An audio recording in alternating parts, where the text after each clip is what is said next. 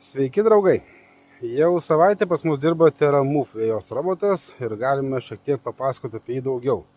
Iš tiesų tai lengviausia instaliacija iš visų robotų, nes instaliacijos tiesiog nėra. Pastatome krovimo stotelę, duodame elektrą ir robotui paleidus jisai pirmą kartą įsivažinės visą jūsų teritoriją tokiais gabalais, susifilmuos visą aplinką ir pats susikūrė savo žemėlapį. Nereikia jo net instaliuoti. Paprasčiau turbūt neįmanoma, visiškas tinginių sprendimas. Dar taip paprasta nėra buvę. Iš tiesų dirba stabiliai, jokių pastrigimų nėra buvę. Taip, esame sykį įgynėmės jį į upelį, pasikabinant vienu ratu, apie tai yra jau mūsų video ir keltas, jeigu bus įdomu pasižiūrėti. Bet viskas buvo tik dėl mūsų nustatymų, nes labai arti ribos mes įvarėm. Taip, kad pakoregavus distanciją iki krašto, viskas įsisprendė. Na, iš ties puiku.